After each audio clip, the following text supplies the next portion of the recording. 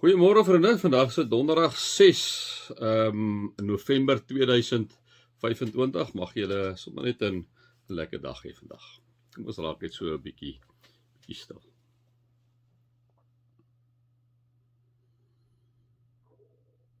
Ek glo in God die Vader, die Almagtige, die Skepper van die hemel en die aarde.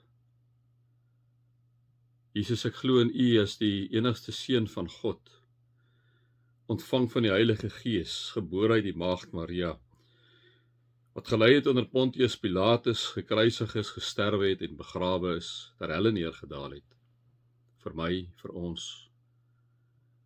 Opgestaan het uit die dood, opgevaar het na die hemel, vanwaar U aan die regterhand van God sit, die Vader, vanwaar hy sal kom om te oordeel die wat nog lewe en die wat reeds gesterf het. O Heilige Gees, ek glo in U as die Gees, die derde persoon van die drie-eenheid, God, die Heilige Gees. Ek glo in 'n heilige, algemene Christelike kerk, die gemeenskap van gelowiges waar ons U saam aanbid met al ons gawes en talente. Ek glo in die opstanding van alle mense eendag. Ek glo in die opstanding van Jesus Christus inderdaad uit die dood. Ek glo in 'n ewige lewe. En ek glo in die vergifnis van sondes, wat die kern van die evangelie is, omdat Vader U vir Jesus gestuur het, om in ons plek vir ons sondes te kom sterwe. U het ons kom vergewe, Here. Dankie daarvoor. Amen. Vriende, mag daar vir julle genade en vrede en oorvloed wees, omdat julle God ken, Jesus ken en die Heilige Gees ken. Vriende, ons is nog steeds hier so by Efesiërs 6, soos ek sê, ons is nou by die praktiese kant. Ons het 'n bietjie stil gestaan by Paulus hierso in Efesiërs 5, waar dit gegaan het oor lewe as mense van die lig. Hy het 'n bietjie aangespreek die hele ding van die man en die vrou, 'n bietjie ouers en kinders, bietjie eienaars en slawe, wat ons getipeer het as werknemers en werkgewers.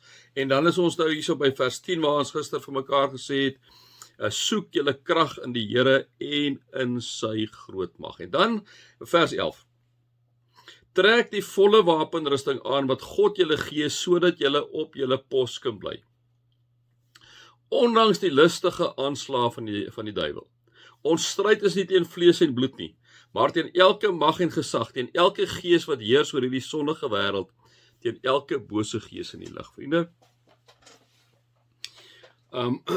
daarom kom sê Paulus, hy sê julle moet die volle wapenrusting van God aantrek, sodat ons kan weerstand bied in die dag van onheil, nadat julle die stryd tot die einde toe gevoer het, nog op julle pos kan bly, kom sê Paulus, sodat ons nog op ons pos kan bly. Nou, vriende, ek wil net by hierdie een gedagte stil staan. Dit is so, liewe vriende, dat die aanslag wat kom, is nie 'n stryd teen vlees en bloed.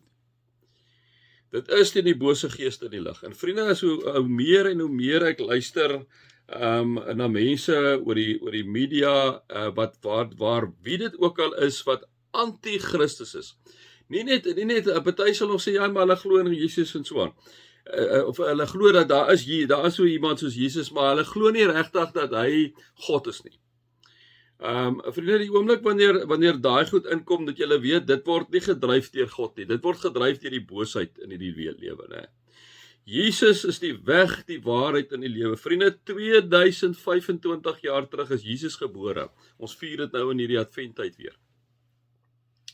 Daar is die hoeveel bronne daar, enorm baie bronne opgeteken, getuienisse by getuienis.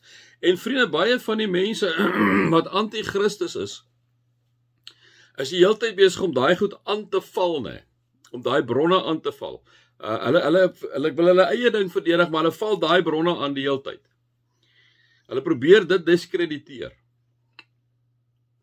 Ongelukkig, vriende, en selfs met as ons na die wetenskap kyk, bevestig die wetenskap, as jy 'n groot hoeveelheid aantal bronne kry, die tydspan van die jaar, jare nogal kleiner as, kom ons sê, 30, 40, 50 jaar, is die autentiekheid daarvan eintlik totaal gewaarborg. So as ek en jy kyk na die Bybel, is die Bybel absoluut autentiek binne in sy kontekste geskryf, uit die aard van die saak. En daarom, liewe vriende, moet ons vir mekaar kom sê, wanneer ek en jy aangeval word, deur wie? Op watter vlak ook al, vriende, aangeval word omdat ek en jy kinders is van die Here. Wat ons nou sien hier aangaan in Afrika, waar hulle weer hoeveel duisende Christene doodgemaak het, kerke afgebrand het. Liewe vriende, dit is die aanslag van die bose en ek en jy moet daaroor 100% seker wees.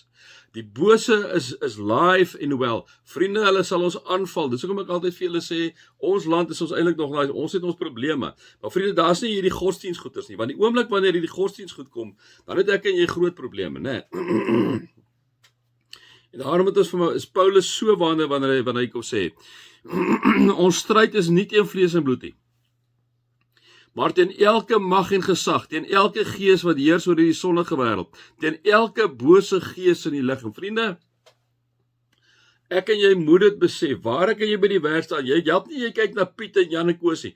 Die duiwel gebruik kan baie keer vir Piet en Jan en Koos, hy het my ook gebruik, hy het vir Petrus gebruik om Jesus van die lydenspad af te kry.